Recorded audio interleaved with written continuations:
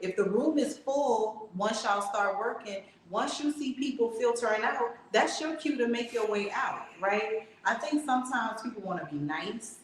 Sometimes you don't want to be seen as, you're not hardworking or you're not this or you're not that. But sometimes you have to be about your business, and being about your business is not putting yourself in a situation that could stunt your business, right? Because if you get in a situation with him, and he also, in some situations, he may feel like, oh, she saw everybody leaving and she ain't leave, so she's with the move, right? So there's all of this unspoken stuff that's going on, especially when you're in a creative situation.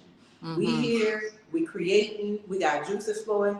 Hell, maybe we writing about love. Maybe we writing about passion and sex, right? Maybe that's what the vibe is in the room.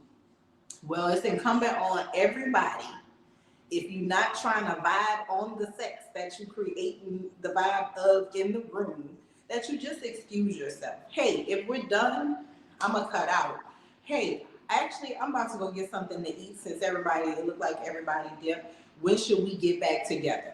Right? You have to be willing to advocate for yourself. And the first part of self advocacy is self protection. If you're never in the room alone with him, then it never leaves space for there to be a he said, she said.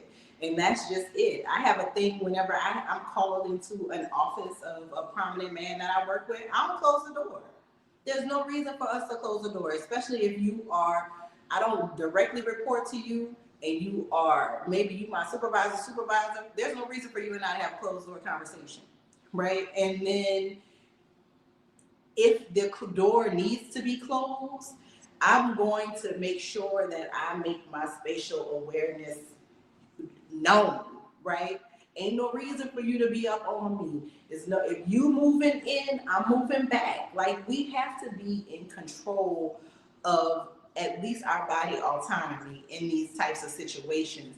Because if somebody moving in closer and you standing there, it looks like you want to be touched. It looks like maybe you're open to be kissed. But if you making it so that I'm backing up, fool, then now he has to assert himself in another way. And I think everybody needs to be pro self-protection. Man, female, trans, gay, I don't care how you get down. Protect yourself so that you don't have to find yourself reliving these conversations with lawyers and prosecutors and social media and all of these other places. If you've been harmed, why harm yourself 7 times having to constantly retell the story? Oh my God, dude. I tap into that. Go right ahead. I know you got something else to say on this too, Tierra. What are your thoughts on that? I also want to just to piggyback off what Marlo said. I think something that's really important is don't be so desperate for whatever the Mhm. thing is. I know in Hollywood, there's a lot of desperate women that are, and men, and that are on people's couches, and they're in these situations. I can't help but to think of the Diddy documentary because it's so fresh in my mind. But a lot of those people wouldn't have been in those situations if they just had a little bread coming through. You're gonna look at life a little different when you got a little money. You could be like, I'm just not gonna let you talk to me like this.